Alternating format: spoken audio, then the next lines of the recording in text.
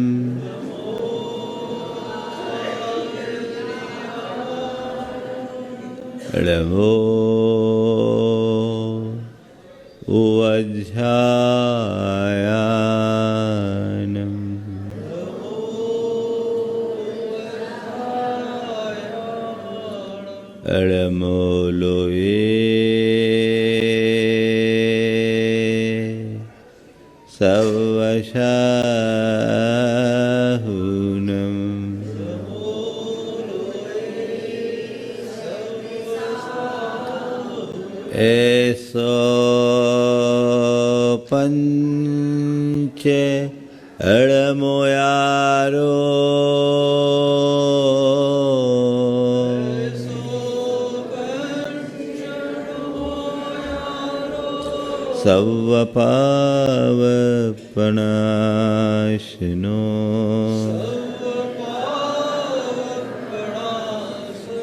मंगलार्णं च सवेशिं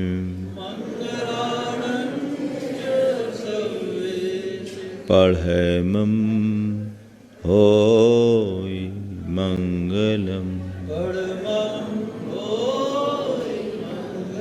जय बोलो देवादिदेव 1008 श्री भगवान महावीर स्वामी की, अहिंसा परमो धर्म की, परम पूज्य आचार्य गुरुवर श्री विद्यासागर जी महाराज की,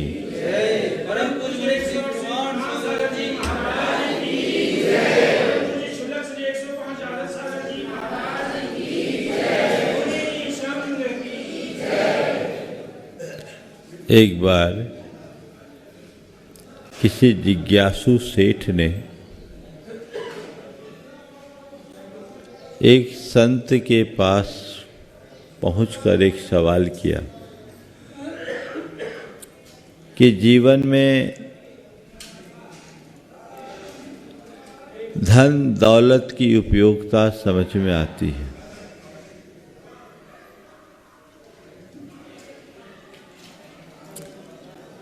यश प्रतिष्ठा और प्रसिद्धि का प्रभाव भी दिखाई पड़ता है,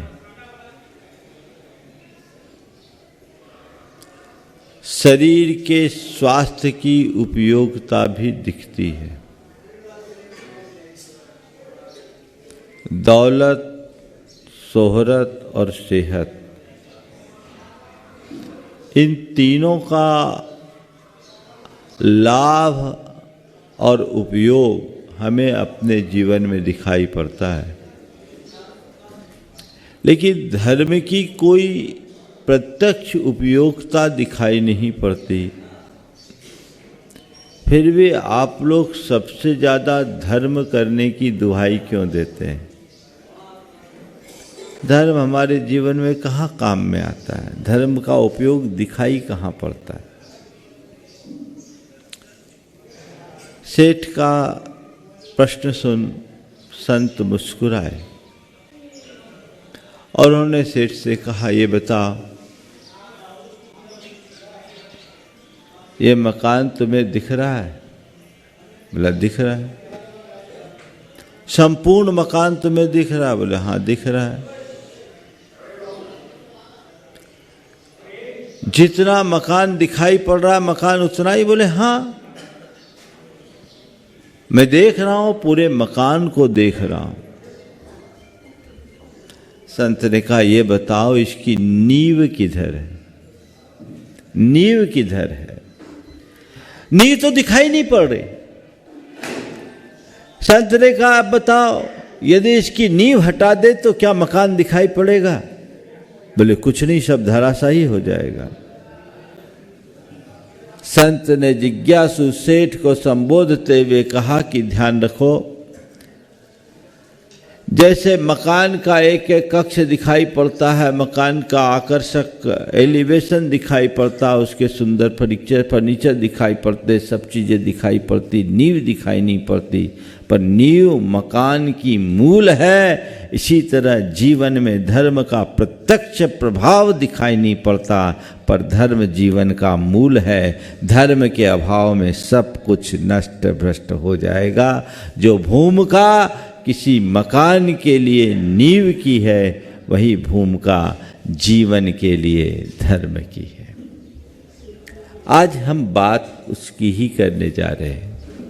यहाँ जितने लोग बैठे हैं सब धार्मिक लोग हैं, धर्म के प्रति श्रद्धा रखते हैं, धर्म की उपयोगिता को भी समझते हैं, पर धर्म का क्या प्रयोजन है, इसके वास्तविक प्रयोजन को शायद बहुत कम लोग जानते होंगे। आज मैं आपसे ज़्यादा कुछ बात नहीं करूँगा, केवल 4 सवाल पर विचार करूँगा। सबसे पहली बात, धर्म क्यों, धर्म क्या, धर्म कब और धर्म कैसे। ये चारों सवाल प्रत्येक धार्मिक व्यक्ति को अपने मन से करना चाहिए। मैं पहला सवाल आप सबके बीच रखता हूँ, आप सब धर्म करते हैं, धर्म क्यों करते हैं? बोलिए रतन बाबू, धर्म क्यों करते हैं? अपने भाव तो देखा ही नहीं, सुधारेंगे कहाँ? बोलो। शांति के लिए, कर्मों की निर्जरा के लिए।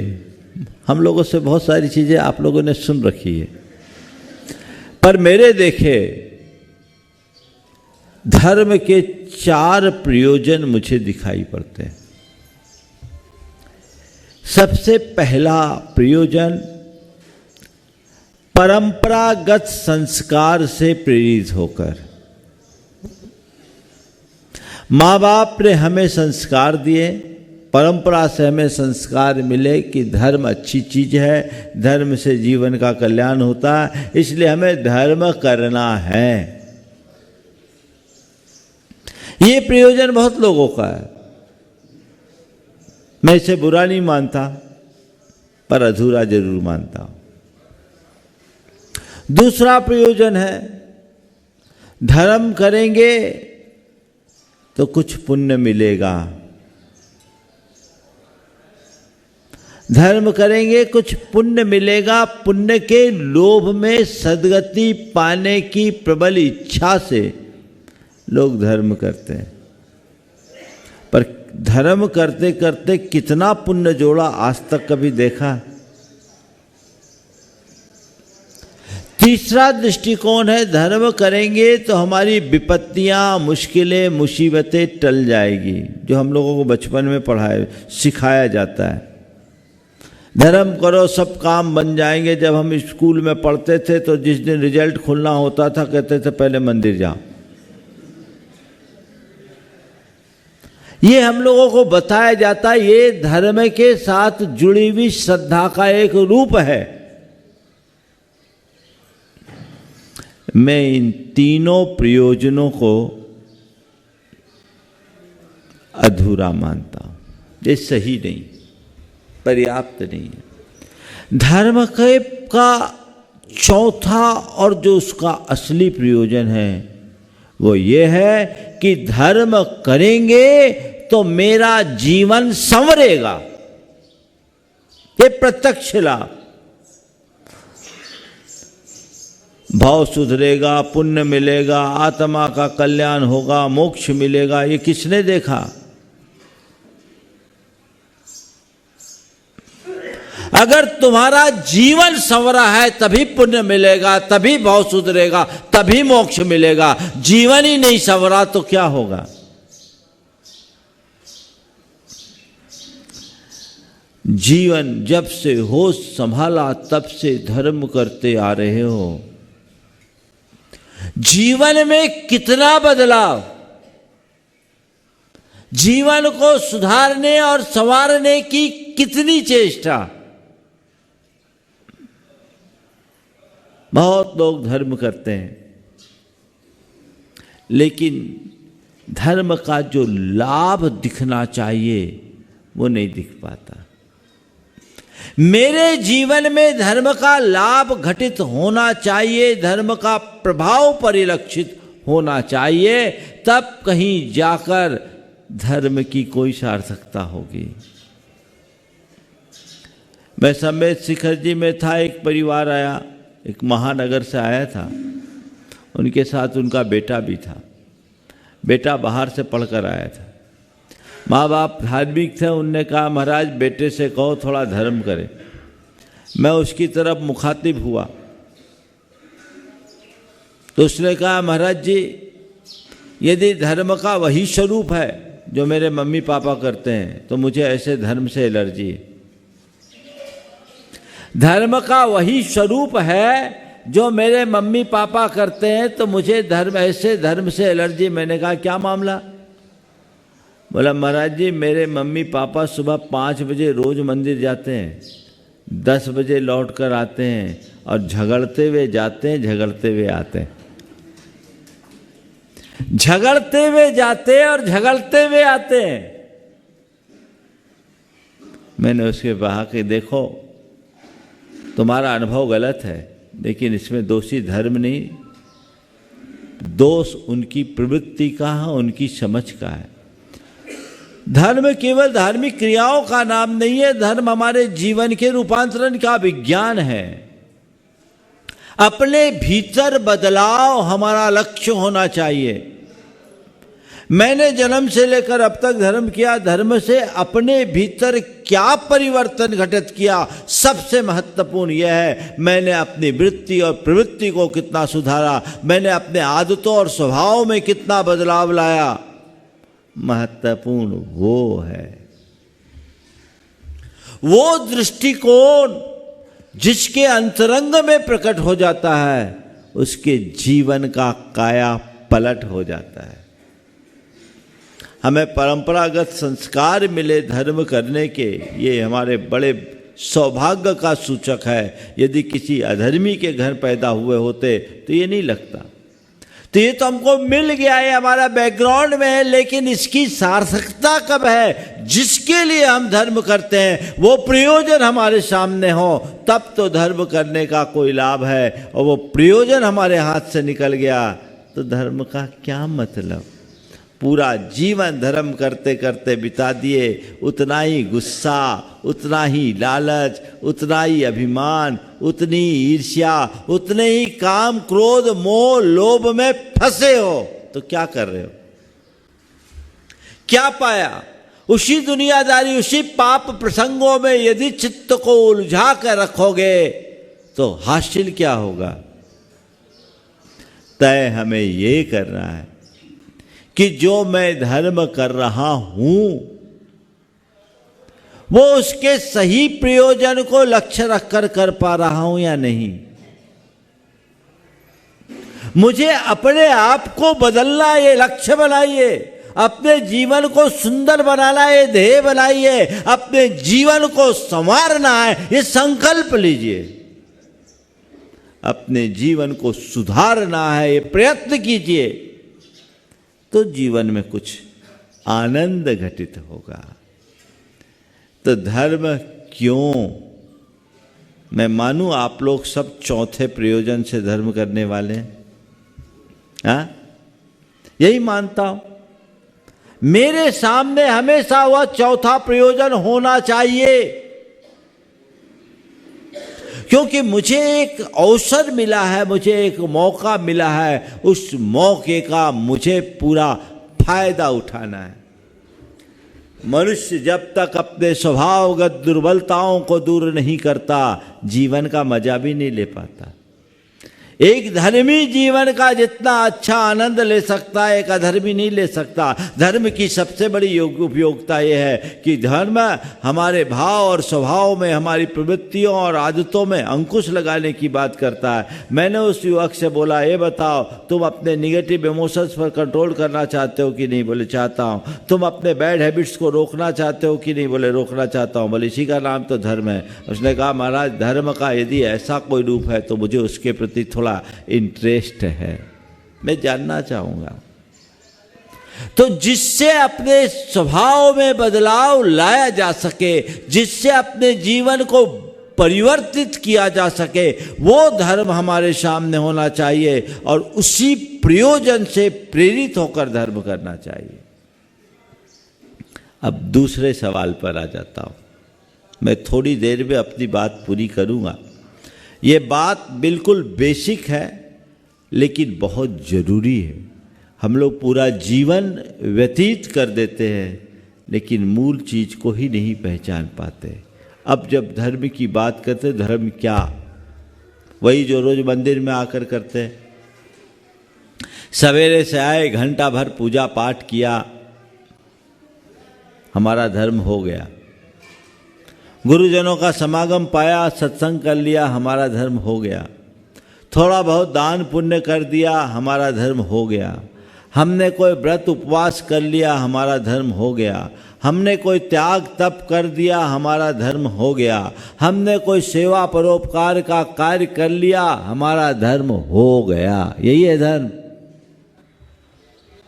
महाराज अभी तक तो हमने इसे ही धर्म माना है ना? हकीकत मानता हूं ये सब धर्म है, ये अधर्म नहीं है। ये धर्म है लेकिन ये धर्म का बाहरी रूप है। ये धर्म का बाहरी रूप है। असली धर्म क्या है? असली धर्म अपने परिणामों को मोह और क्षोभ से मुक्त रहना,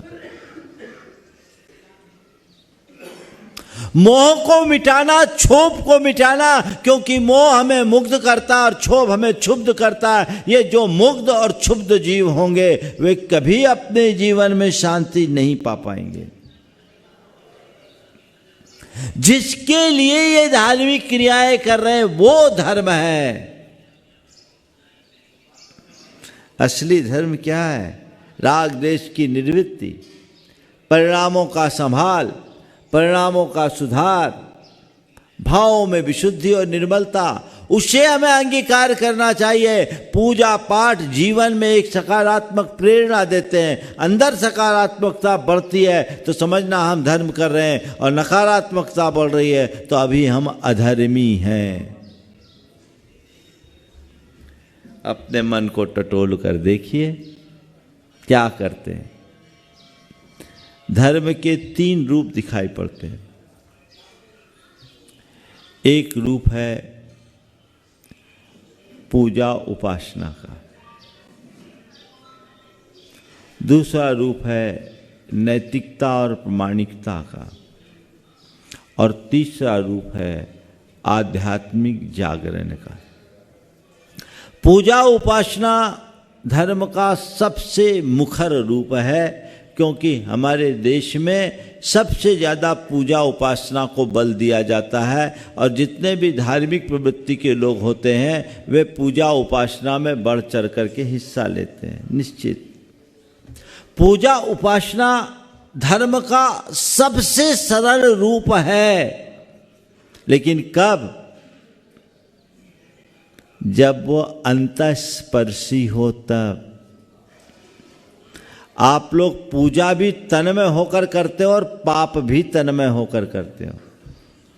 पूजा को लोग पाप काटने की मशीन के रूप में इस्तेमाल करने लगे।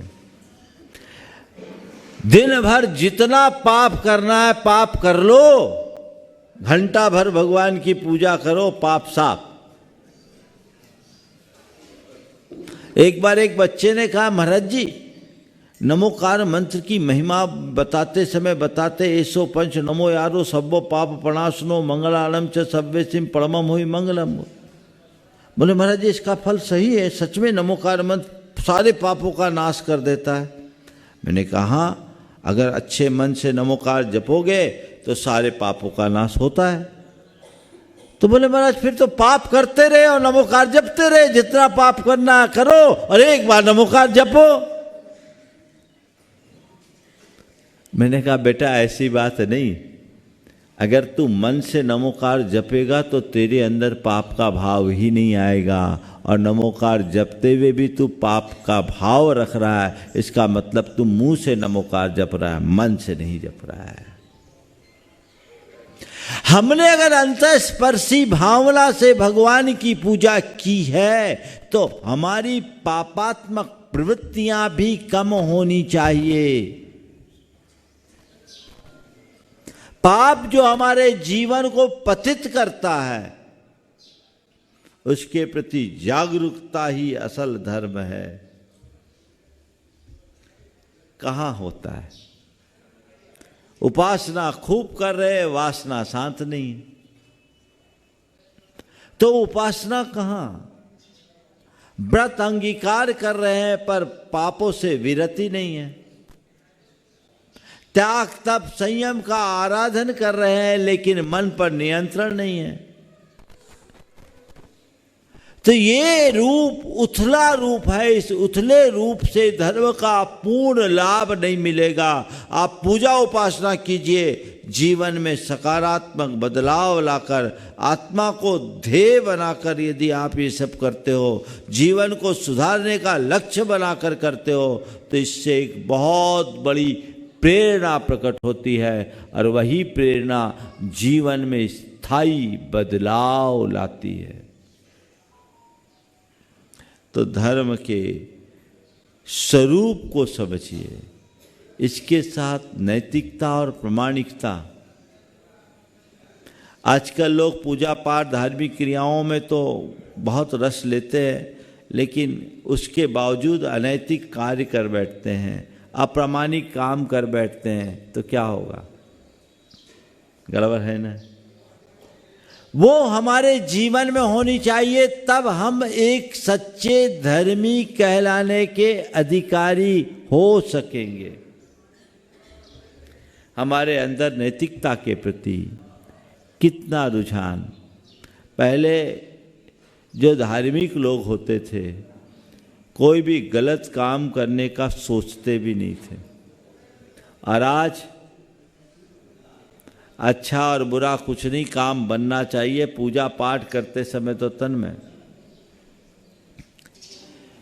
एक स्टीफन नाम के व्यक्ति, जॉर्ज स्टीफन, भारत के संस्कृति पर कुछ अध्ययन करने के लिए, शोध करने के लिए भारत में आया, और वह देर रात तक अपना शोध कार्य करता था। सुबह लेट उठता था, पर वो दूध पीता था, शाकाहारी था। उसने एक दूध वाले को बांध रखा था। चूँकि लेट उठता था तो उसने एक बोतल नीचे रख दिया कि तुम बोतल में दूध रख दिया करो और हम अपना टाइम पे ले लेंगे। दूध वाला दूध रख के जाता और उसे रोज दूध के नाम पर पानी मिलता, दूध के नाम पर पानी मिलता। ये उसके रोज का अनुभव था, शायद ही कभी उसे सही दूध मिलता। और उसके बाद उसने अपने शोध में जो वाक्य लिखा वो सभी भारतीय धर्मियों के गाल पर करारा तमाचा बन गया। उसने लिखा कि भारत के लोग बड़े धार्मिक लोग हैं, ये ईश्वर की वंदना के बिना अपने दिनचर्या की शुरुआत नहीं करते। ये रोज सबसे पहले भगवान के मंदिर में जाते हैं और अपना ईमान वहीं छोड़ आते हैं।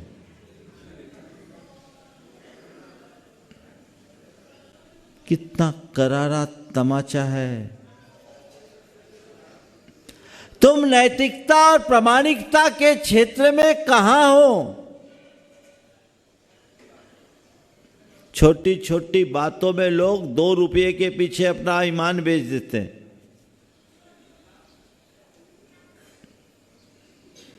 हम कहां जाएंगे? हम धार्मिक कहलाते हैं, दुनिया हमें धार्मिक के रूप में मानती है, आदर देती है, लेकिन मेरे भीतर धर्म है कि नहीं, मुझे ये तो देखना है। दूसरे का मत देखना, अपना देखना।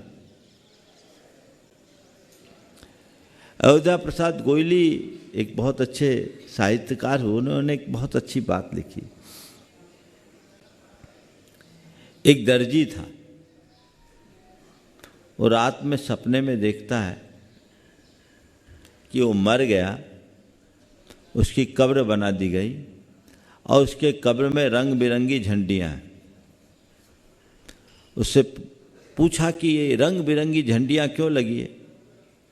बोले ये सब तुम्हारे गुनाहों का हिसाब है, तुमने कपड़ा सिलते समय जितने लोगों का कपड़ा मारा ना, वो सब रंग की झंडियाँ यहाँ लगी। और क़यामत के दिन जब खुदा आएगा, तुम्हारे सारे गुनाहों का हिसाब मांगेगा। इतने में उसकी नींद खुल गई, वो कांप गया। नहीं तो बड़ा गड़बड़ है। और जब वापस अपने काम पर आया तो अपने सारे सहयोगियों से कहा कि भैया देख, कोई भी कपड़ा आए तो हमें एक बात कहना, उस्ताद जी झंडी, उस्ताद जी झंडी। अब दर्जी के पास कपड़ा आता और कपड़ा मारने के लिए जैसे ही मन आता कि तभी सब कह देते उस्ताद जी झंडी, उस्ताद जी झंडी। और उस्ताद जी झंडी सुनते ही वो रुक जाता, वहीं उसका काम रुक जाता। एक रोज एक बहुत बढ़िया मलमल का कपड़ा आया। कपड़ा देखते ही उसके मुंह में पानी आ गया, और जैसे ही उस पर कैंची चलाना चाहा कि उसके साथियों ने कहा उस्ताद जी झंडी, तो उसका हद हो गई, इस रंग की झंडी वहां थोड़ी थी। तो जो जरूरत के हिसाब से अपना ईमान पलट देता है, वह कैसा धर्मी। हमें अपने हृदय पर हाथ रख कर देखना है। 2 पैसे के लालच में हम अपना ईमान छोड़ते हैं, अपने उसूल को खोते हैं, तो हम कहाँ हैं? ये धर्म का रूप है जो हमारे जीवन में घटित होना चाहिए। इसकी आज सबसे ज़्यादा ज़रूरत है। आज धार्मिकों की संख्या तो बढ़ी है, पर नैतिकता और प्रामाणिकता उतनी ही कमज़ोर हुई है।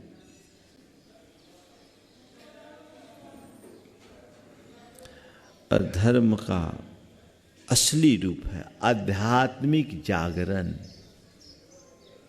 चेतना को जगाओ, आध्यात्मिकता से ओतप्रोत हो जाओ। अपने अंदर जब आध्यात्मिकता जगती है तो फिर सारे दोष और दुर्बलताओं का समन होना शुरू हो जाता है, दृष्टिकोण बदल जाता है, मैं कौन हूं और मेरा क्या, ये समझ में आ जाता है। वो दृष्टिकोण जगाइए जिससे इस नरभव को सार्थक बनाया जा सके। बहुत कठिनाई से मनुष्य पर भव मिला है। इस जीवन को सार्थक बनाने का इससे श्रेष्ठ और कोई साधन नहीं है। मुझे अपने आप को बदलना है। अपने आप को बदलने के लिए पहले अपने आप को जानना भी होगा। वो पहचानो, मैं कौन हूं, मेरा क्या है, मैं क्या कर रहा हूं और मुझे क्या करना चाहिए। ये बातें जब तक अंतरंग में नहीं जगती तब तक जीवन का असल मजा भी नहीं है। तो आध्यात्मिक जागरण धर्म का मूल प्रयोजन है।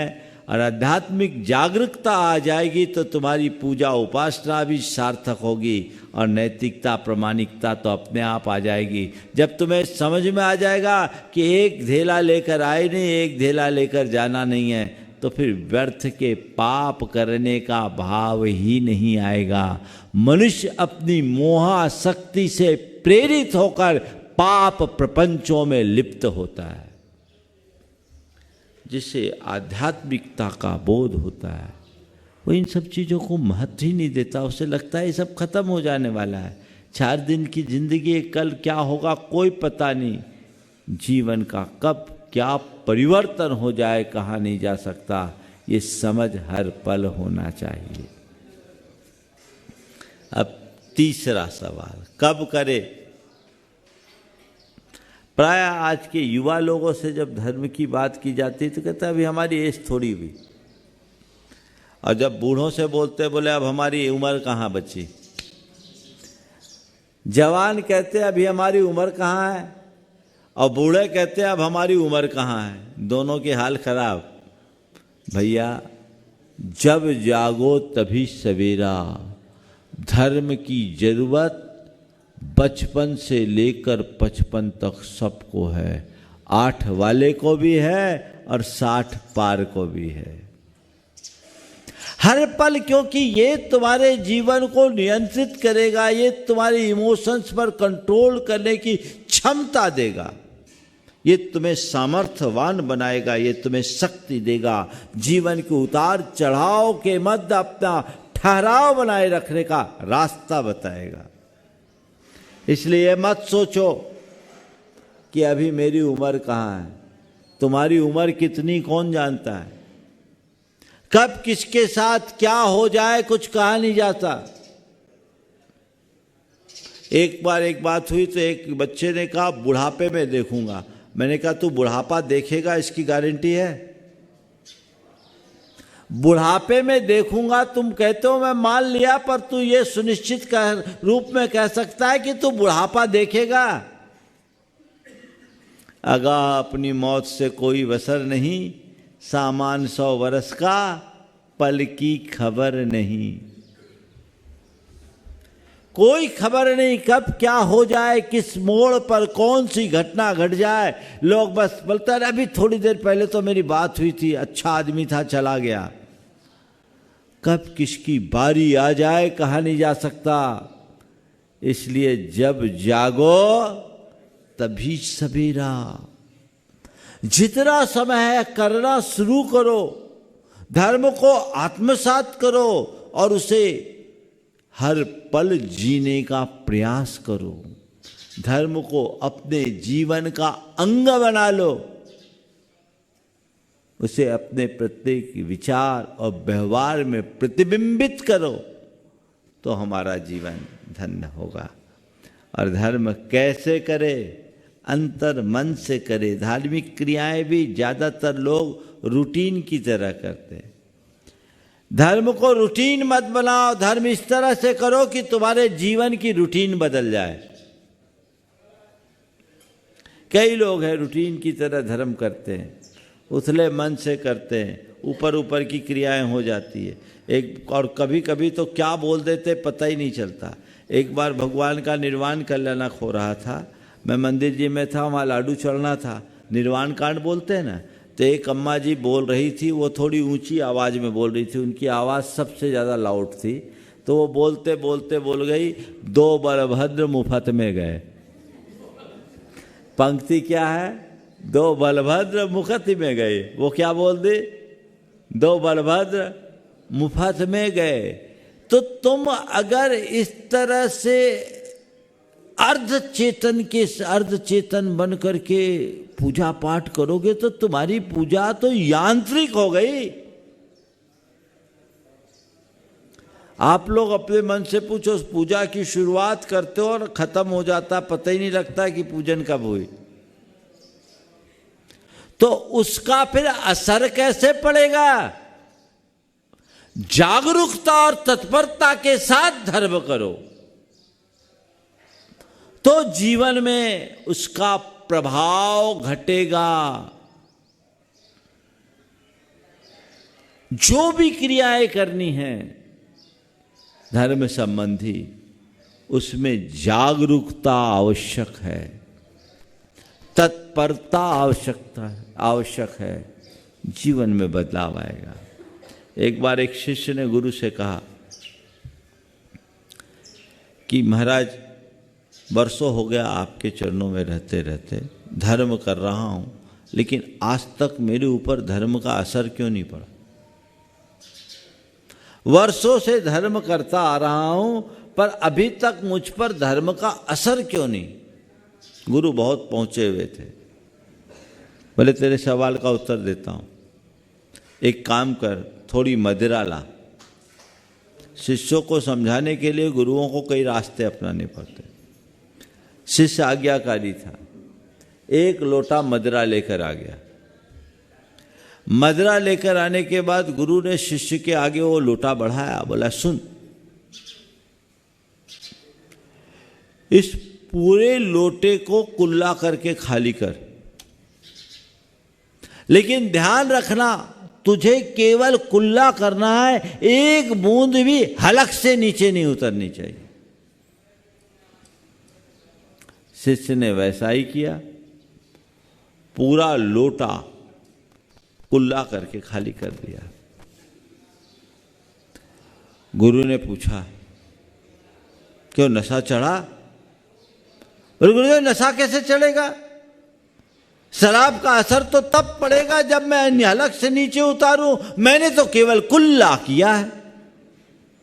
नशा कैसे चढ़ेगा? शराब का असर तो तब पड़ेगा जब मैं हलक से नीचे उतारूं, मैंने तो केवल कुल्ला किया है। तो शिष्य को समझाते हुए गुरु ने कहा, बेटा तेरे ऊपर धर्म का असर कब पड़ेगा? जब हलक से नीचे उतारे तब तो, तूने तो केवल कुल्ला किया है। क्या किया है? कुल्ला।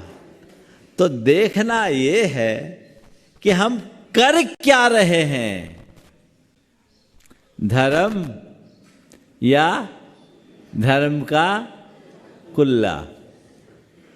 बहुत समझने की बात है। जब तक हम ऐसी उदात्त दृष्टि विकसित नहीं करते, हम अपने जीवन को धन्य नहीं कर सकते। जीवन को आगे बढ़ाने के लिए हमें धर्म के मूल स्वरूप को समझकर आत्मसात करने की जरूरत है और उसी दिशा में आगे बढ़ने की आवश्यकता और अपेक्षा है, ताकि हम धर्म को हृदय में धार कर अपने जीवन का उद्धार कर सके। आज कुनकुरी नगर में पहली बार प्रवचन का आप सबको लाभ मिला है, और जो मैंने बात की है वो धर्म का पहला पाठ है। इसे हम समझकर अपने जीवन के क्रम को आगे बढ़ाएंगे तो हमारा जीवन सुंदर बनेगा, हम अपने जीवन को और आगे बढ़ा सकेंगे। इसी भावना के साथ समय आप सबका हो गया है, मैं यहीं पर विराम ले रहा हूँ। बोलिए अहिंसा परमो धर्म की। जय बोलो देवादिदेव 1008 श्री भगवान महावीर स्वामी की जय जय जय। अहिंसा परमो धर्म की जय जय जय। पूज आचार्य गुरुवर श्री विद्यासागर जी महाराज की जय जय जय। संसार में घटनाएं घटती है, वस्तु का परिणमन होता है, वह सब कुछ अपने अपने स्वभाव के अनुसार होता है। हम पूरे प्रकृति पर नजर डालें तो प्रकृति का सब काम अपनी गति से चलता है। उस कार्य में न तो किसी का हस्तक्षेप होता है, नहीं उसमें कोई विशेष भागीदारी। ये स्वभाव है और स्वभाव के अनुरूप परिवर्तन परिणमन निरंतर जारी है। रोज सूरज उगता है, रोज सूरज अस्त होता है। ये चला आ रहा है और चलता रहेगा। पूरब से ही उगेगा, पश्चिम में ही अस्त होगा, उसके क्रम में कोई परिवर्तन नहीं। प्रकृति का जो परिणमन है वह स्वाभाविक है, चला आ रहा है, चलता रहेगा। लेकिन स्वभाव से चलने वाले इस परिणमन के प्रति सबका अलग अलग दृष्टिकोण होता है। अगर स्वभाव को स्वभाव के रूप में देखते रहे तो कहीं कोई बात नहीं, लेकिन जब हम उसे अपने एंगल से देखना शुरू करते हैं तो उसमें बहुत सारा खेल शुरू हो जाता है। आज के संदर्भ में 4 बातें आप सबसे कहूँगा। घटनाएं घटना,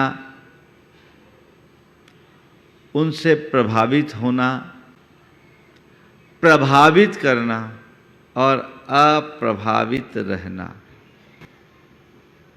घटनाएं घटती है, प्रकृति का नियम है, और जो घटनाओं से प्रभावित होता है वो इष्ट अनिष्ट संकल्प विकल्प करता है। हम लोग अपने अंतर मन को टटोल कर देखें, जो भी अच्छी बुरी घटनाएं घटती है, घटना न अच्छी होती न बुरी होती है, वो तो प्रकृति का एक अंग है, स्वभावतः होते रहती है। अच्छा और बुरा तो हमारे मन का एक विकल्प है, जिसे हम अपने हमारा मन जिसे अनुकूल मानता है वह अच्छी लगती है, और जो हमारे मन को प्रतिकूल लगता है वही घटना हमारे लिए बुरी लगती है।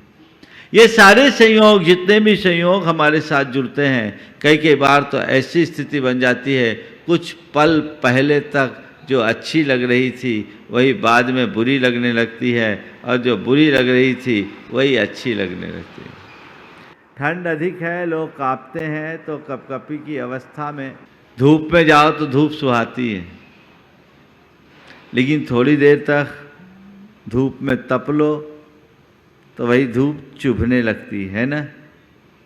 हाँ, ये क्या है?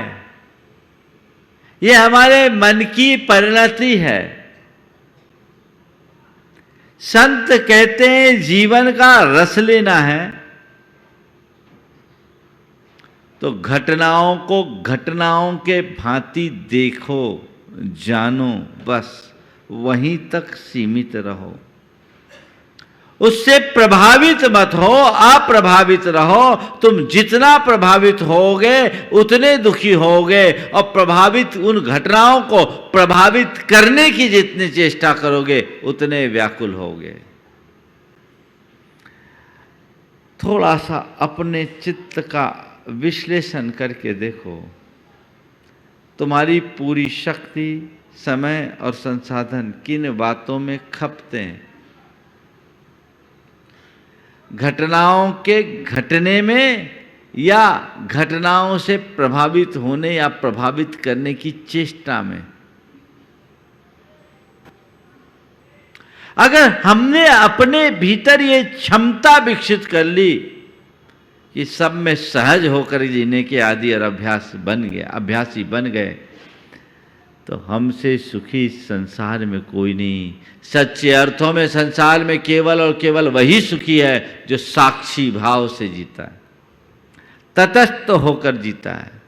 तटस्थ होने का मतलब क्या? नदी की धार बहती है, पल पल बहती है, पर तट जहां क्या तहां बना रहता है। घटनाओं की धार बह जाने दो, पर तुम वहीं के वहीं रहो। ये कैसे होगा?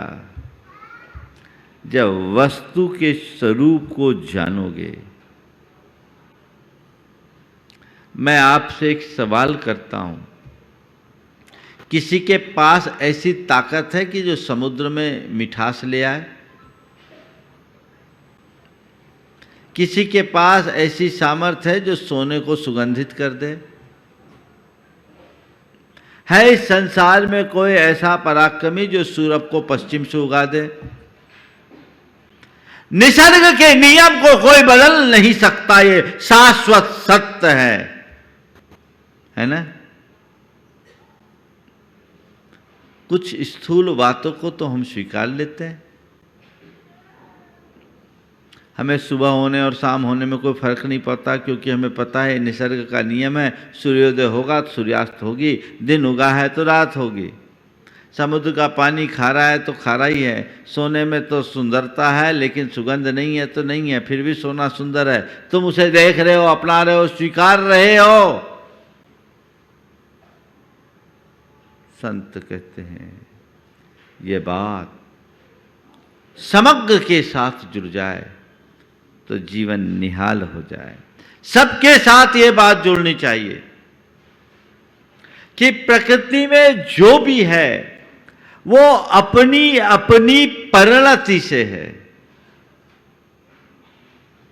आप लोग बोलते हो जड़ चेतन की सब परिणति प्रभु अपने अपने में होती है, अनुकूल कहूँ प्रतिकूल कहूँ ये झूठे मन की वृत्ति है ना?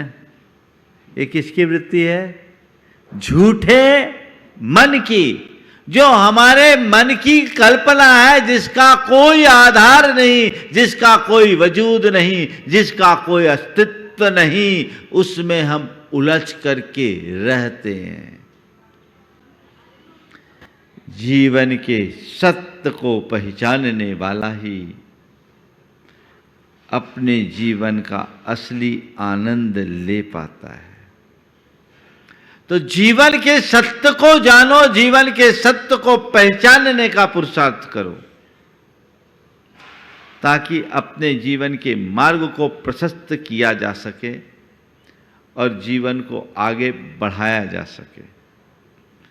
तो घटनाओं का घटना घटेगी, वस्तु के स्वरूप को समझो, जो उत्पन्न हुआ है वह नष्ट होने वाला है। संसार का प्रत्येक पदार्थ अपने अपने स्वभाव के अनुरूप परिणमन करता है। मैं उसमें निमित्त बन सकता हूँ पर उसका कर्ता नहीं, क्योंकि हर द्रव्य अपना कर्ता स्वयं है, कोई दूसरा उसका कर्ता नहीं है। इस पर जिसका श्रद्धान हो जाए वो कभी विचलित नहीं होता। घट रहा है, ठीक है, ये क्या है? एक संयोग है, हो रहा है, पर मेरा स्वभाव नहीं है। आचार्य कुंद घटनाओं से अप्रभावित रहने की कला बताते हुए कहते हैं कि ऐसे ज्ञानी की परिणति क्या होती है। कुछ भी घट जाए तो कहते हैं पुग्गल कम्मम को हो तस्य विवागोदवो हवदियेशो नहु एस मज्ज भावो जानग भावो दुअहमिको। पुग्गल कम्मम रागो तस्य विवागोदवो हवदियेशो नहु एस मज्ज भावो जानग भावो दुअहमिको।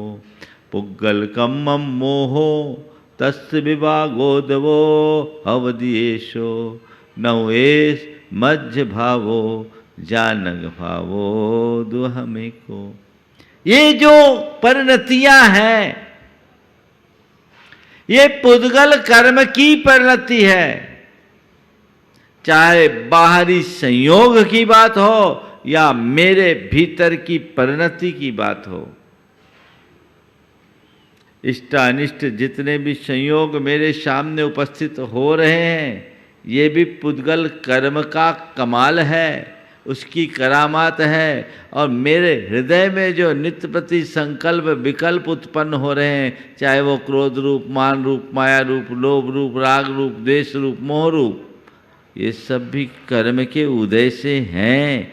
मुझ में हो जरूर रहे हैं पर वो मेरे नहीं है, मेरा स्वभाव नहीं है, वो विकार है। मैं तो निर्विकार हूं। मुझे विकारी नहीं निर्विकारी बनना है। वो जीवन में कभी दुखी नहीं होगा। तो आज का सूत्र है, घटनाएं घटती है, घटने दो, उससे प्रभावित मत हो, साक्षी बन करके जियो। लाभ में हानि में संयोग में वियोग में, मान में अपमान में और सुख में दुख में साक्षी बनकर जियो। अपने मन से पूछो, कुछ होता है तो क्या करते हो? लाभ होता है तो फूल जाते हो और थोड़ा सा नुकसान हो तो झेल नहीं पाते। कोई ऐसा व्यक्ति है इस दुनिया में जो इस सुनिश्चित तौर पर कह सके कि मैं केवल लाभ लाभ लाभ ही कर सकता हूं, हानि मुझे कभी उठानी नहीं पड़ेगी? है ऐसा? संयोग है। ज्ञानी जानता है ये लाभ है वो भी मेरा नहीं और ये नुकसान है ये भी मेरा नहीं। ये लाभ और नुकसान तो बाल की परिणति है जो कर्म के संयोग से प्रकट हुए हैं। मैं तो लाभ हानि के गणित से ऊपर हूं। मुझे इस लाभ हानि के चक्कर में नहीं फंसना। उसके अंतरंग में ये समझ होती है, उस समझ के परिणाम स्वरूप वो दोनों में समभाव रखता है और जीवन में सहजता बनाए रखने में समर्थ होता है। कब लाभ हो जाए कब नुकसान हो जाए पता है? मेरे संपर्क में एक सज्जन है, एक बार मैं सम्मेद शिखर जी में ऐसी ही बात की कि इधर लाभ और नुकसान दोनों चीजें तो कर्म का खेल है, कब क्या हो जाए कह नहीं सकते। इसमें स्थिरता रखना चाहिए, लाभ और नुकसान दोनों को परभाव मानना चाहिए। एक सज्जन मेरे प्रवचन के तुरंत बाद आधा घंटे बाद आए, बोले महाराज आज आपने जो कहा वो मेरे साथ घट गया। बोले क्या हुआ? बोला महाराज जी हमारा आदमी, अभी मेरे पास एक साथ 2 समाचार आए आधा घंटे के अंतराल से। एक में मेरा आदमी तकादा करके आ रहा था और वसूली करके आया, उसके 12-13 लाख रुपए थे, लोगों ने लूट लिया, रास्ते में छीन लिया। और दूसरा उसके 15 मिनट बाद मेरे बेटे का फ़ोन आया, एक प्रॉपर्टी थी किसी दूसरे स्टेट में, उस प्रॉपर्टी में काफ़ी दिनों से डील नहीं हो रही थी। बेटे का फ़ोन आया, पापा आज अचानक वो डील हो गई और हमारे टारगेट से 20% प्लस है। मतलब मैं सोच रहा था किस पर हंसूं किस पर रोऊं। ये एक लाभ का समाचार तो दूसरा नुकसान का समाचार। यथार्थ ये है कि जो लाभ है वह भी मेरा नहीं, नुकसान है वो भी मेरा नहीं। लाभ भी ऊपर का है और नुकसान भी ऊपर का है। मैं तो लाभ और नुकसान से ऊपर हूँ। ये मनोवृत्ति जिसके अंतरंग में होगी वो कभी दुखी होगा? कब होगा ये? जब तुम्हारे साथ भेद विज्ञान जुड़ेगा, वस्तु के स्वरूप को समझोगे। अभी तो सब उलटफेर में लगे रहते हैं। थोड़ा कुछ हो जाए तो मन बेचैन हो उठता है, लोग हैरान परेशान हो जाते हैं, है ना। बड़ी बातें तो जाने दीजिए, थोड़ी थोड़ी बातों में असहज हो जाते। मैं एक महानगर में था और मैं प्रतिक्रमण कर रहा था। प्रतिक्रमण भी हवा की दृष्टि से पांडाल में ही बैठ के कर रहा था। कोलकाता में था, नाम ले लेता हूँ। तो वहाँ एक जिस कैंपस में था वहीं प्रवचन था, सब कुछ था। तो मैं पंडाल में बैठ के प्रतिक्रमण कर रहा था। एक बहन जी आई, बहुत परेशान। मुझे करीब 20 से 25 मिनट प्रतिक्रमण में लगते हैं और 20 से 25 मिनट तक वो पंडाल में इधर से उधर छानबीन कर रही थी। मेरा प्रतिक्रमण पूर्ण हुआ, देखा तो एकदम लाल मुख, परेशान। मैंने पूछा बहन जी क्या हो गया? बोले महाराज जी सुबह प्रवचन में आई थी, कान का टॉप गिर गया। कान का टॉप गिर गया। बोले टॉप ही गिरा, कान थोड़ी गिरा। नहीं महाराज बहुत कॉस्टली थी, डायमंड की थी। हमने बोला टॉप ही गिरा, कान थोड़ी गिरा। बोले नहीं महाराज जी वो नहीं बात, बहुत कॉस्टली थी, डायमंड की थी। बहुत देर से खोज रही हूँ महाराज जी, नहीं मिल रहा है, आप आशीर्वाद दो मिल जाएगा। हम बोले मिलना होगा तो मिल जाएगा, परेशान क्यों हो रही? फिर हमने कहा कॉस्टली थी, कितनी कॉस्टली होगी? नहीं महाराज काफ़ी कॉस्टली है। हमने कहा ये बताओ आपकी जितनी संपत्ति है और एसेट्स हैं उसकी तुलना में 1-8%? नहीं महाराज उसके हिसाब से तो बहुत कम। हम बोले ये बताओ करोड़ों की संपत्ति की धनी होकर अगर 2-4 लाख का टॉप खोया तो इतने बेचैन क्यों हैं? टॉप गिर जाने दो, मन की चैन को मत जाने दो। एक बात सोच लो, मेरे भाग्य का होगा तो मिल जाएगा और नहीं मिलना होगा तो नहीं मिलेगा। परेशान क्यों? नहीं महाराज जी बहुत सुंदर है, बहुत सुंदर था। हम बोले वो था, पर तुम अपने आप को तो आज भी सुंदर बनाए रख सकते हो। जो खोया सो खोया, जाने दो, मेरा है क्या? बहुत मुश्किल। संयोग ये था कि फिर दूसरे दिन सारी मैटिंग वेटिंग हटने के बाद जब झाड़ू लग रहे थे तो मिल गया उसका भाग्य से, और जान में जान आई। जब वो आए दोनों पति पत्नी मेरे पास, हमने बोला देखो एक छोटी सी चीज़ ने तुम्हें कितना परेशान कर दिया, इसी का नाम है आसक्ति, और यही मनुष्य को उलझाती है। सबके दुख का मूल केवल यही है, जो उलझा कर रखती है, बुरी तरह से उलझाती है। घटना घटे घट जाने दो, प्रभावित नहीं होना, सहज बने रहना, लाभ हानि में ठीक है। संयोग वियोग में जीवन मरण हो जाए किसी का तो भी उसको सहना है। अभी कोविड ने न जाने कितने लोगों को कितने बड़े बड़े झटके दिए। वहाँ अपनी स्थिरता, वहाँ अपनी स्थिरता, अपने मन की क्षमता को बनाए रखने का पुरुषार्थ होना चाहिए। अपनी स्थिरता बनाओ, अपने मन की क्षमता को बना के रखोगे तो हमारे जीवन का पथ प्रशस्त होगा, अन्यथा सब कुछ विनष्ट हो जाएगा। न संयोग मेरे हाथ में, न वियोग मेरे हाथ में, न जन्म मेरे हाथ में, न मरण मेरे हाथ में। जन्म भी प्रकृति देती है तो मरण भी प्रकृति का अंग है। दोनों है तो हमें जन्म में जश्न नहीं और मरण में मातम नहीं। इसे जीवन का एक हिस्सा मानकर स्वीकार करना चाहिए।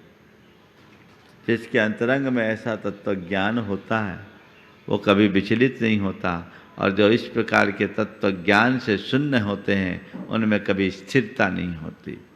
आपका पुरुषार्थ होना चाहिए कि हम इन सब से ऊपर हो सकें, इनसे उपरत हो सकें और अपने जीवन का पथ प्रशस्त कर सकें। मेरे संपर्क में एक सज्जन है, एक परिवार है, जिस परिवार में अभी अभी कोविड के दौर में 3 लोगों का वियोग हुआ। 3 लोगों को कोविड ने लील लिया। लेकिन तत्वज्ञानी होने का प्रमाण मैं आपको बता रहा हूँ, उस बड़े आघात को भी उनने सहज भाव से स्वीकार किया, ये सोचकर कि यही संयोग था, अब हम कर क्या सकते हैं। इस कार्यक्रम के पुण्यार्जक थे गुरु भक्त परिवार श्री वीरेंद्र कुमार जैन, पुत्र आनंद कुमार जैन, निर्मल कुमार जैन, पौत्र वेदांत जैन, 4/142 बालूगंज, आगरा, उत्तर प्रदेश।